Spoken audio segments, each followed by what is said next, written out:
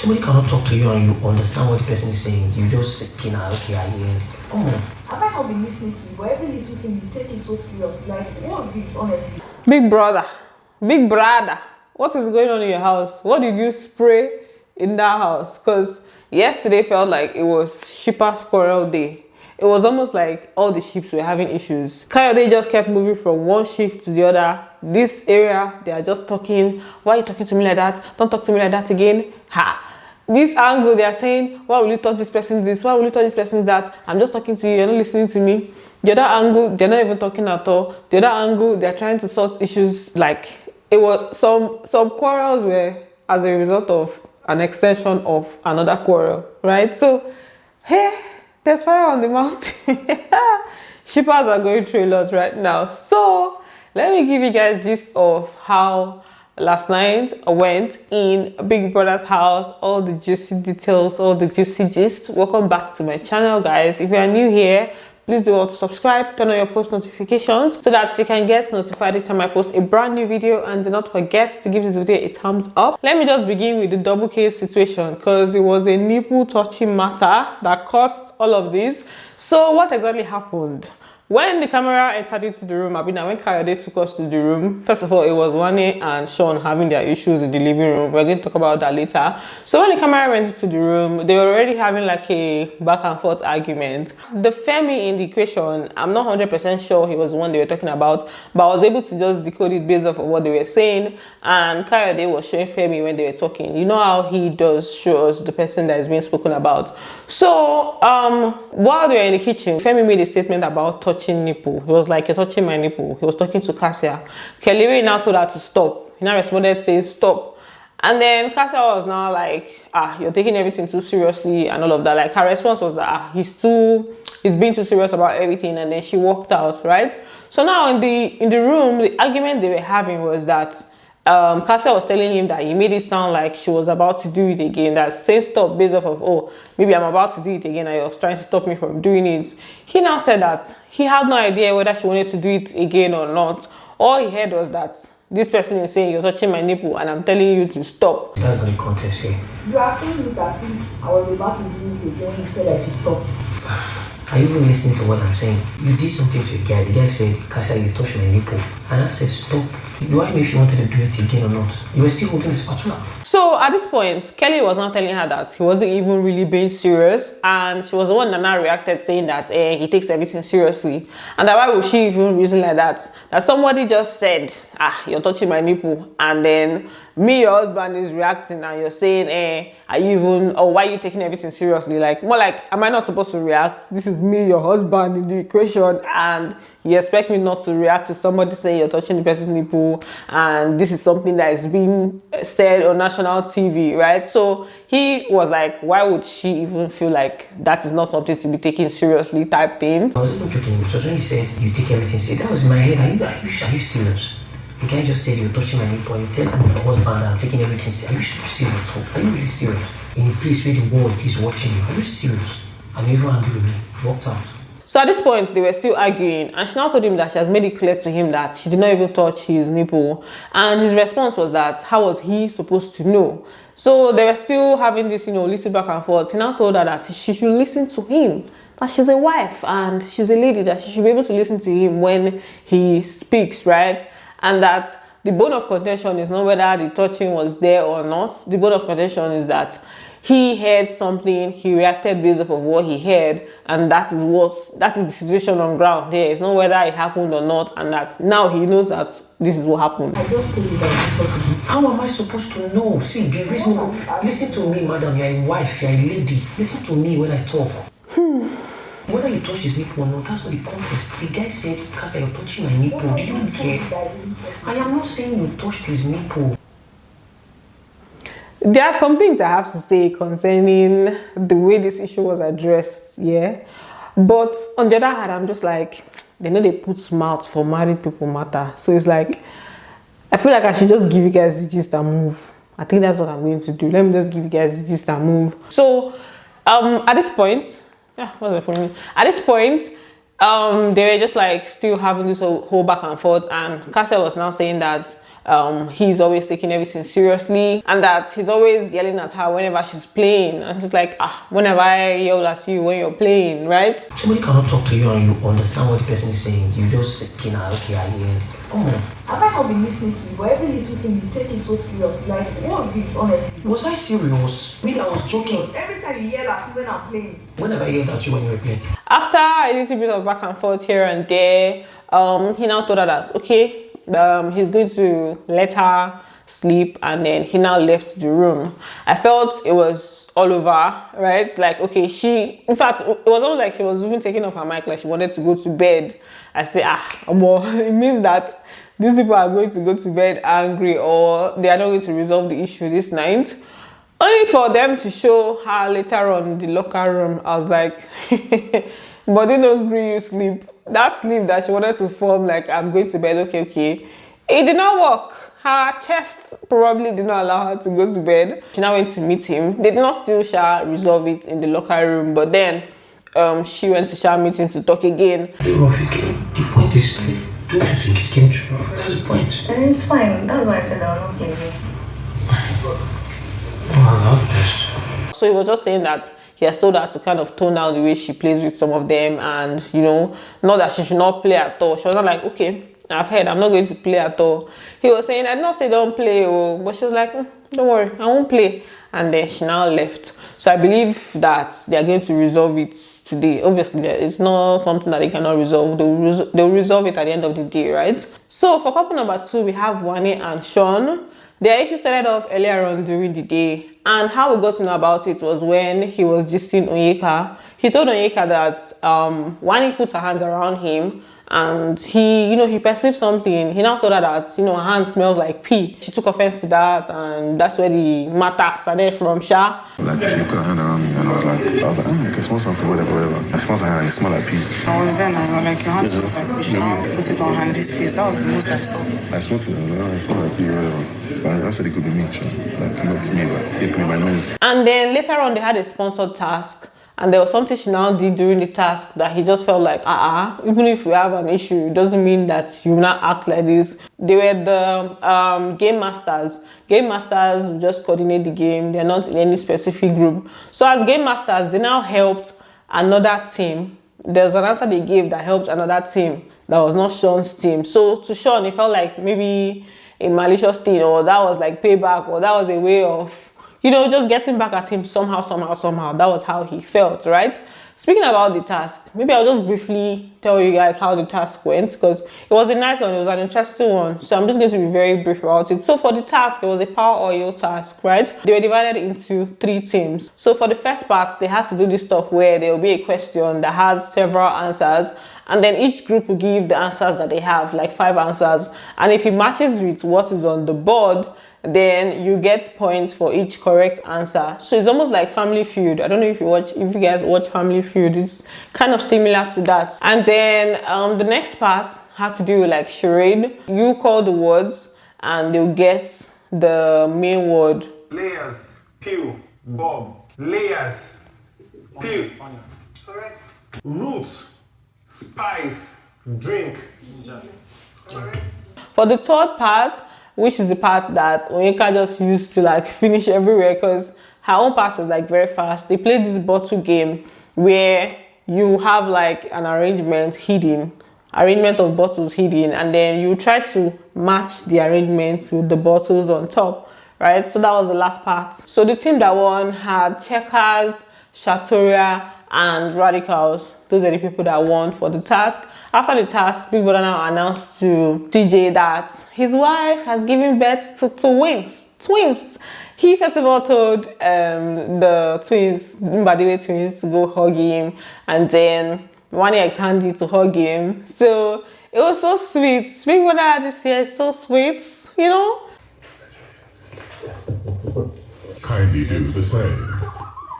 In a season of pairs, TJ's home has been blessed with its very own dynamic duo.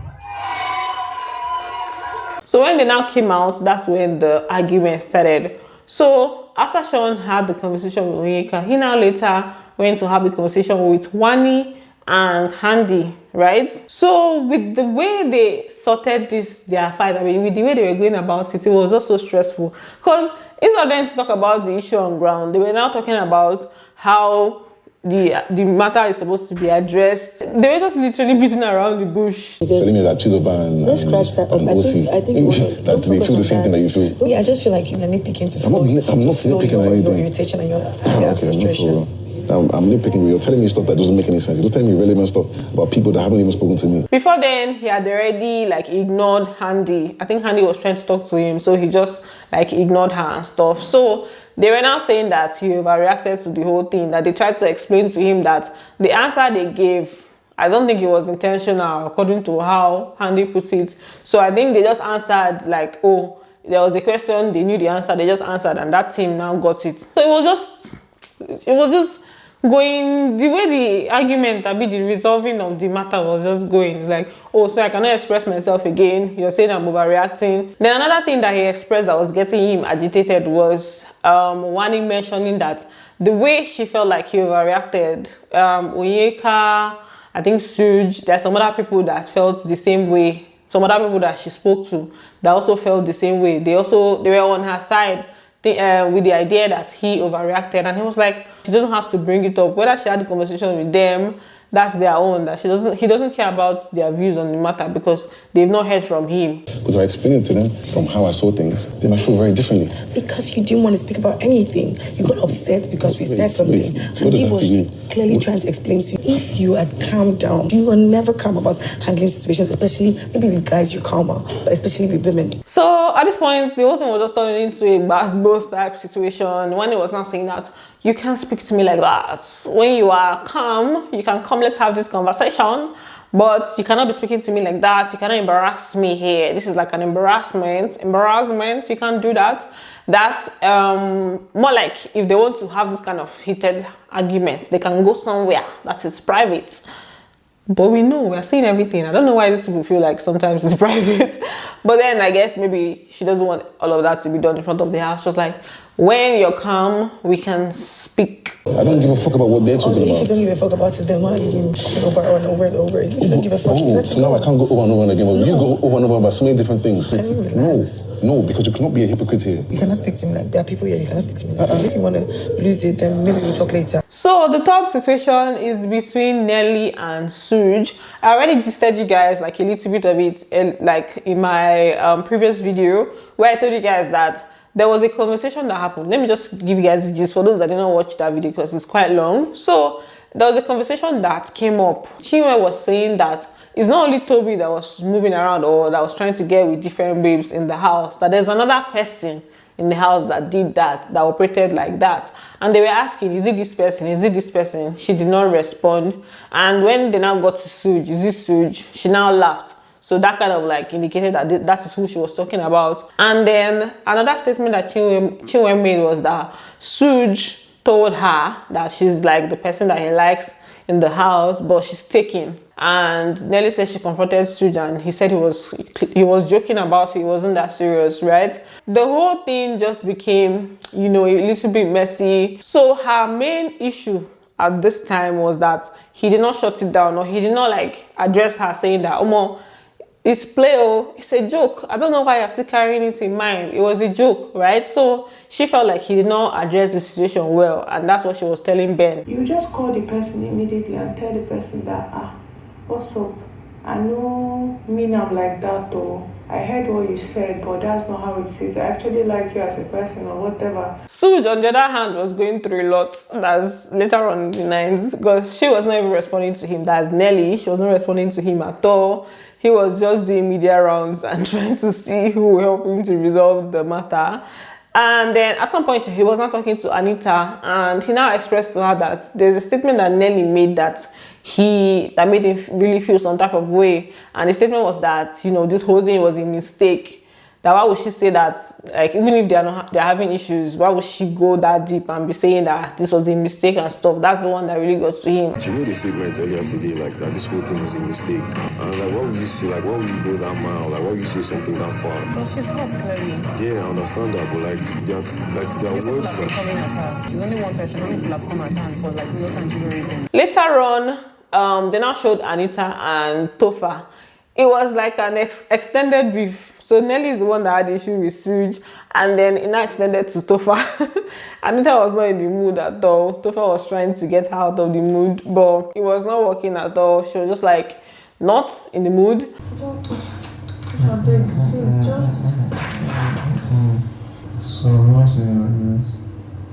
After that, there was a time where they showed her in the locker room trying to get Nelly to go shower and stuff, because Nelly is actually not also feeling fine, right? So the whole thing just added to it. So she was trying to like get her to go shower and stuff.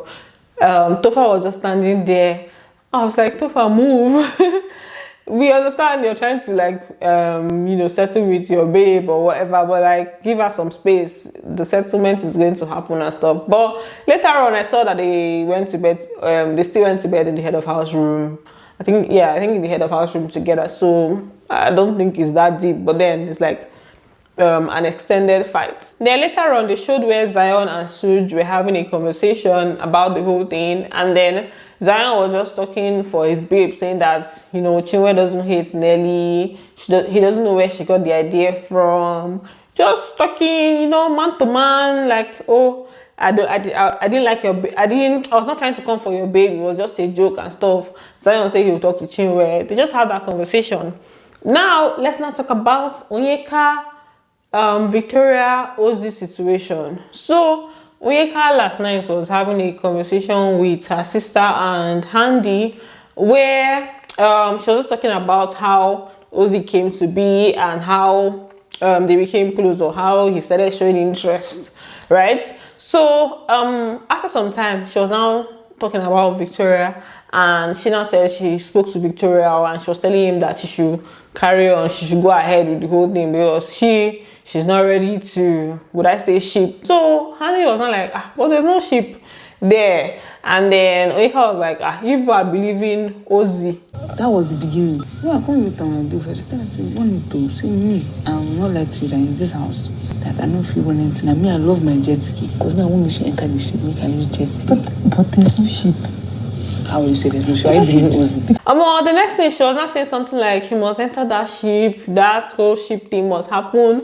And this is when Handy was telling her that this guy has said that he has somebody outside, he has a ship outside, and he's very serious about that, right? That he was gisting them yesterday. I told you guys about that whole kitchen conversation. I think it was yesterday. I told you guys about the kitchen conversation where Ojie was saying that he's closed off, and obviously because of his relationship outside, he has a girlfriend outside. So this was just Handy telling Onyeka that there's nothing that can happen there, nothing. I say I was like, I see the ship is quite serious. I keep saying that he cannot jeopardize that ship. It's just early stage. It's just how many days he's talking to her. I can see. Let me tell you something. The thing is that yes, he may not, but he must enter that place. Then you guys, Onyeka was now talking about Victoria, saying that, you know, maybe Ojie may not want the whole ship thing, but like that Victoria really likes him, which the other ladies were like, yeah, that they are seeing it too, that Victoria likes him. And then Onyeka was now saying that earlier on during the day, when Victoria had already dressed up, she now, I think she said that she wore a shirt or something like that, and she now had to ask like, more like, is she looking okay? Then after some time, she now had to go and change to like short skirts, you know. She does. Guy, I said today. I said, wow. Guy, she buff. She wear pink. It's the red shirt. She was like, I'm looking at it. Went and changed to that hot skirt and shit. I won't corner because not me. I did tell her the truth. What's going on? Like, what's all this? The whole thing is just giving cringe at this point. Like, I don't even understand this. Yeah. So they're telling you there's no ship here. You want there to be a ship by force. You've had a conversation with Victoria. She told you that she's just chilling, that there's nothing there. You've had a conversation with Ojie. He has told you that there's nothing, and you still want. I don't know. It's giving jealous, to be honest. That's how it's giving, because she's so much invested in the whole situation, and I don't even understand.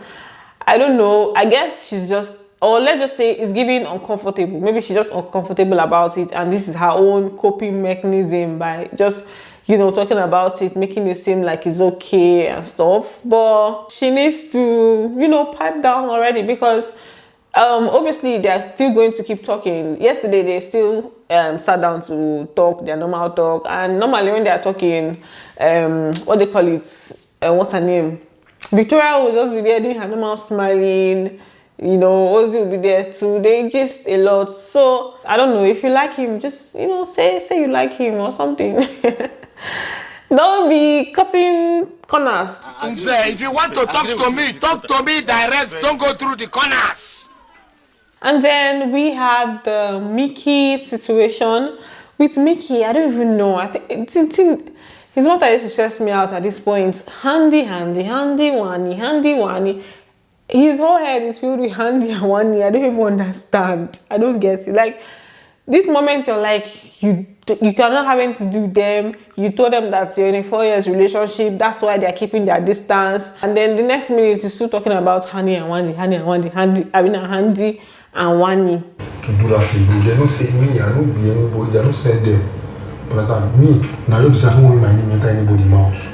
That's why I had to like talk the issue out, and bro, trust me, when I say I've moved far from them, I've moved. Last night it was the whole comparison between Wannie ex Handy and Chizoba, saying, oh, Chizoba is hotter, her shape is better, but that, you know, for Chizoba, they need to remove her face. That's the only thing there. And Wannie ex Handy, they are not as curvy. And he was just saying so much. I was like, what is the problem? I don't have energy to be talking about Mickey's situation, because tomorrow you'll still do again. But yeah, that's it. That's what happened. And then what else? I think that's basically it for this video. Just let me know what you think about everything. Thanks for watching, and do not forget to give this video a thumbs up, and I'm going to see you on the next one. Bye. Love you.